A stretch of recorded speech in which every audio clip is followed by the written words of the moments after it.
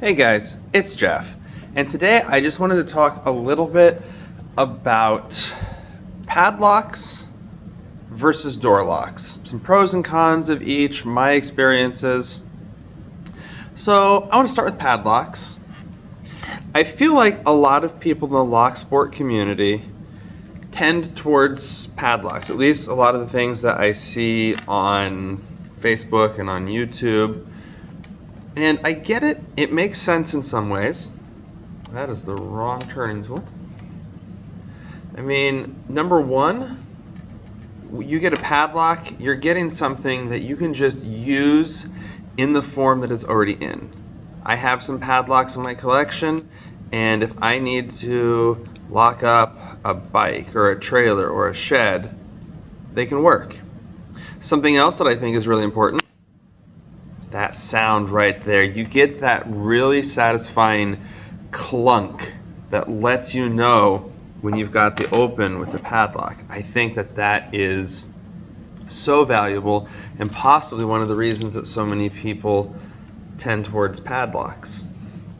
I will admit, padlocks are also so easy to pick in hand. They fit pretty well for the most part. There's a few that are smaller or thicker, and they might not be quite as easy to hold in hand.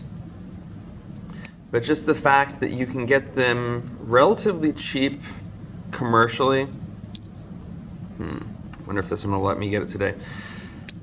But get them cheap commercially, that satisfying clunk, and the fact that they're useful if you have the keys for them. I feel like all of these are a lot of the reasons that many people will tend towards padlocks.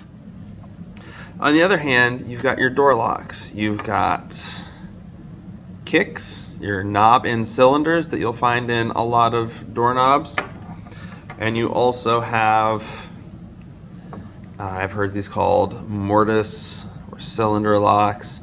Ones like this are often used for deadbolts, whereas one like this, and I actually broke the prongs off, but this goes in another type of doorknob. And I feel like these have their place too. One of the things, and I didn't mention it with padlocks, but I know with some brands of padlock, you have to, if you want to get open, tension either, I think usually it's clockwise. Whereas if you're dealing with these door locks, I can tension clockwise, but not having any sort of actuator with it. If I want to, I can. Christopher Blackstone, report to the office. I can, if I need to, switch it up and pick it counterclockwise. Wonder if this guy's going to let me today. And I have found that on some of my door locks that give me a lot of trouble.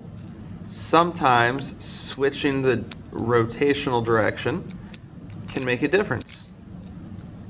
This guy is being finicky going this direction. Let's see. 3, 4, 5. It's usually one of my easier ones to pick. As you saw, it took no time at all going clockwise, counterclockwise. A little more difficulty. Let's just try a little scrubbing. But at any rate, you can go either direction. So if you're having trouble going one direction, you can go the other, flip them upside down.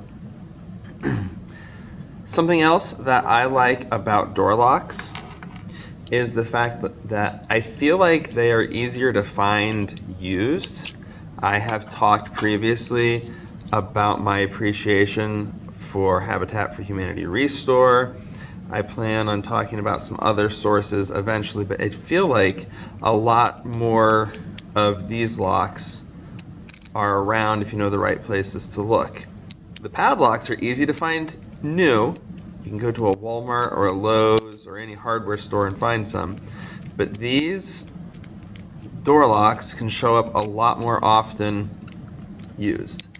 Another thing I like about the door locks is that you always have access to the back. With padlocks, especially a lot of the cheaper ones, there's no screw in there, there's no taking it out and gutting it. I have not found a door lock that is not guttable. Another thing that I appreciate with the door locks, let's see if I can get one going counterclockwise here, is that they're more compact. With the door locks, especially if you take the actuator off, you have a lot smaller package than the average padlock because of those long shackles. And so if you're really getting into collecting but you don't have a lot of space on hand, I feel like the door locks give you more locks in a small amount of space.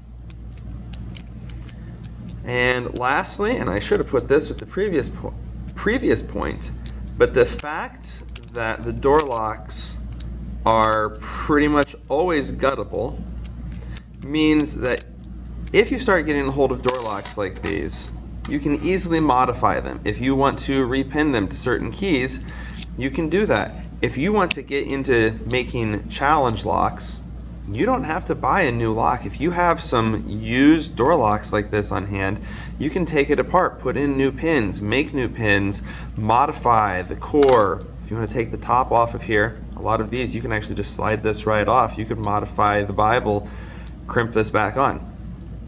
So these are my experiences, my opinions on padlocks versus door locks.